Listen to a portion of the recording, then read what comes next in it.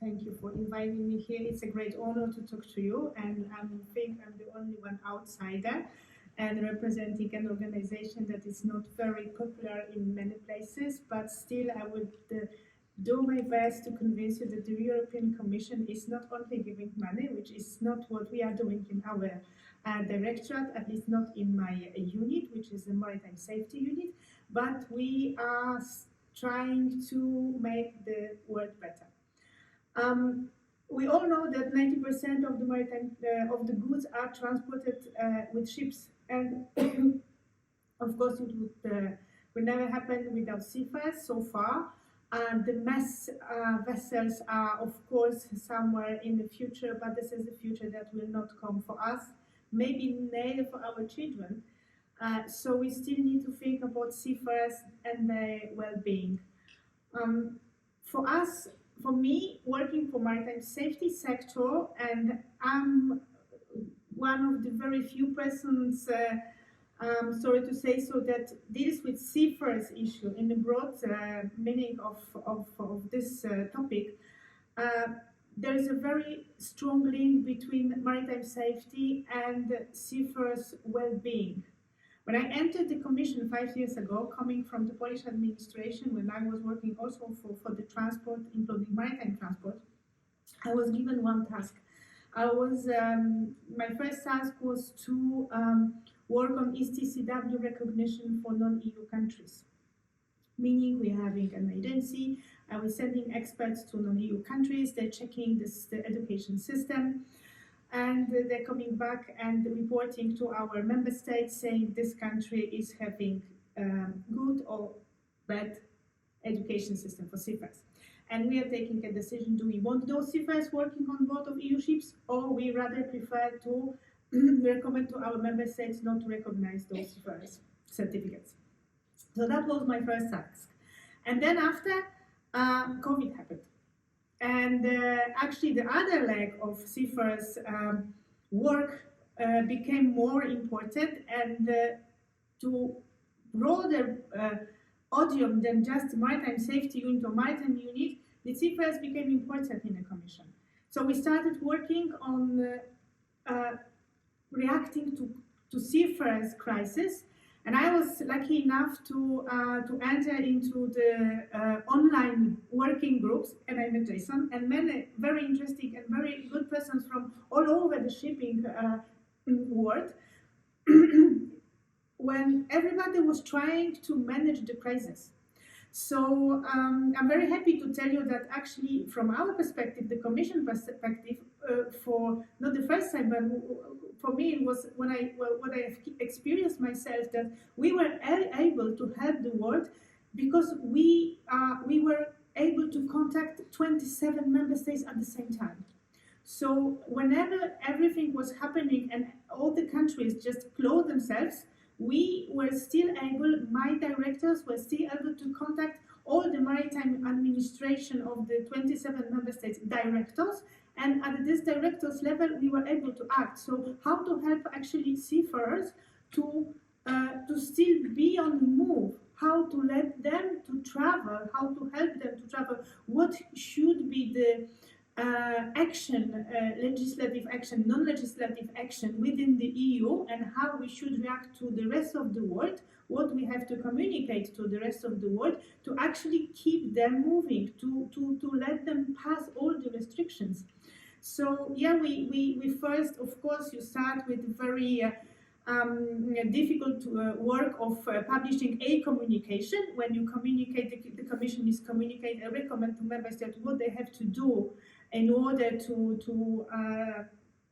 make seafarers exempt seafarers from the restrictions that the other colleagues from other services of the European Commission were putting on people. So while they were trying to stop people and keep people at home, at their homes, we were trying to keep seafarers on the move. And we succeeded. We had, so in March we got the pandemic, and then already in the beginning of April we had a communication from the European Commission where we actually recommended to member states to exempt seafarers from the restrictions of traveling, and we were keeping eye on every single legislative document being issued in a rush to have seafarers exempted from any restrictions. So that was a very big success, and by that we proved that communication between the Commission and all maritime directors, and between maritime directors, and sometimes very often between different services, different levels of administrations, went through the Commission, because in the countries it was more difficult to have a communication between maritime administration and customs and airport people, and because they were not communicating, they were not used to do it. But so we were trying to communicate through our services to make a network of a flow of the information. So that was what happened during the COVID, and with that, of course, we were able to to help seafarers keeping the world running, because they were transporting the essential supplies all over the world, while everything just stopped. They never stopped. They were working all the time. You know it better than I do. And of course, then the second phase was vaccination, and we were advocating, since the Commission were not able to establish a program for the vaccination, but what we are able to do is to be a facilitator. So every time we can, we were the facilitator. We were promoting, we're advocating to member states to make seafarers to group a priority group together with health professionals for the vaccination, including those who are coming from the third countries, because very often, of course, I mean, it's an international job. You don't go very often to your country, and even if you can go to your country may be the poorest one in the world, and it's very often happening. And actually, this country was not offering vaccination, while in Europe we were having them even too much than we needed. So that was yet another thing that we are able to do. And by all of it happened, it help to seafarers to have visibility in the Commission, visibility in administrations. So we took this opportunity, and we are still using it to promote the profession of seafarers as one of the most important, at least in the transport sector. Before COVID ended, unfortunately, the war in Ukraine started. So yet again, we were trying to help the seafarers, but here our hands were really tied because the Commission cannot do anything. Except of one thing that has been done from the very beginning, and it was for the all Ukrainian citizens, a temporary protection mechanism, who actually is a mechanism being invented back in the time for Kosovo people, but who impose on member states an obligation to give the same condition of life, same opportunities, same rights and obligations to any Ukrainian citizen who escaped from Ukraine, but after 24th of February. So the question to us was, okay, but what will happen to those who went on the ship before the war started? And then we again consulted with the relevant service, and we got a reply that, I mean, it's just at the discretion of the member states to allow, to ensure the same rights to a seafarer who left the country before the war. So to give him same rights that others are having. And it happened to many countries that actually they used this opportunity. We started by this a very intense discussion with maritime directors, but also with social partners, so unions, Ship Owners Association, ETF, EXA, here in Europe, but also international organizations and international social partners, ICS, ITF, but many other partners like ICMA, like IMHA, like the Seafarers Trust. So we I think that now we've built a network of partners. We can continue this discussion, and we want to continue this discussion. Uh, how to address the still very important issues. Of course, it's not a crisis anymore, and I hope we will not deal with crisis in the future. But then we can use this, and we are going to use this opportunity to continue more daily work. Like just this year, we had an opportunity to start at the IMO work on reviewing the STCW Convention that was proposed by the European Union member states, and of course it's a long process. We won't have a final result before 10 years, I think, but still we have started it. We have to change the convention, we have to change the education of seafarers, because we have to look into the future. You've mentioned many times digitalization, but also decarbonization, and for new ships we need the new skills.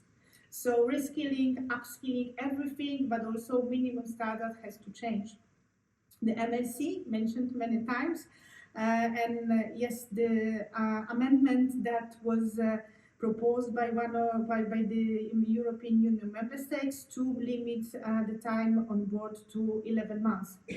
It was not adopted.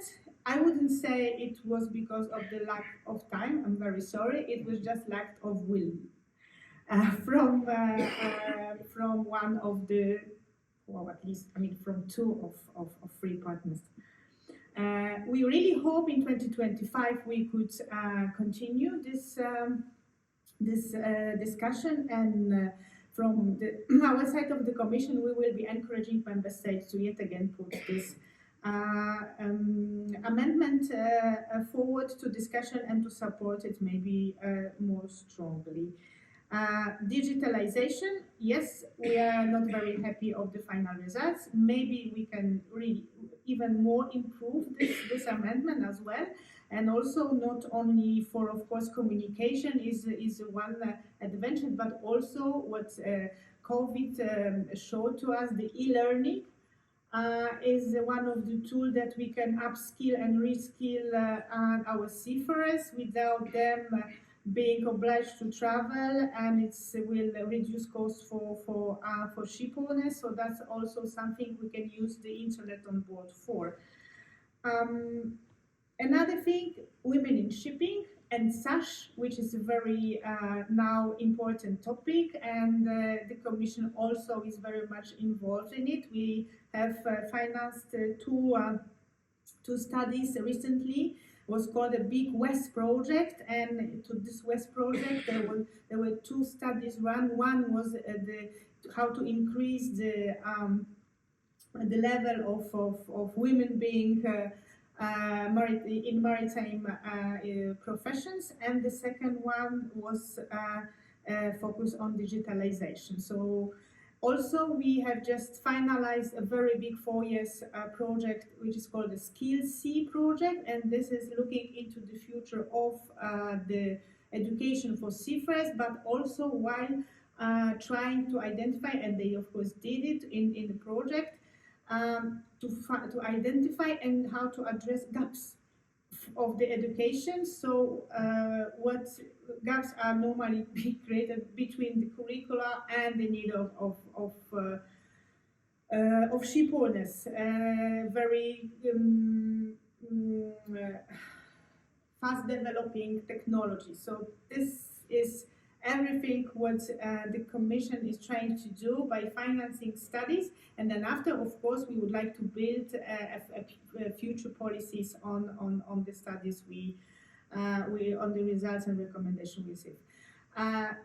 To finish my maybe a little bit too long presentation, I would like to tell you that based on everything we have just said, and all our exchanges with social partners and other partners, we have decided in the Commission to organize a workshop, and I'm very pleased to invite all of you. I will save the date to Jason, asking him to share it with you. It will be in Brussels, it will be in person, and the idea is to have an interactive workshop with working groups discussing on specific topics, and then the recommendations or conclusions from every working group will be taken into account after as a outcome of the workshop, and with recommendation for all partners to follow what we would conclude on.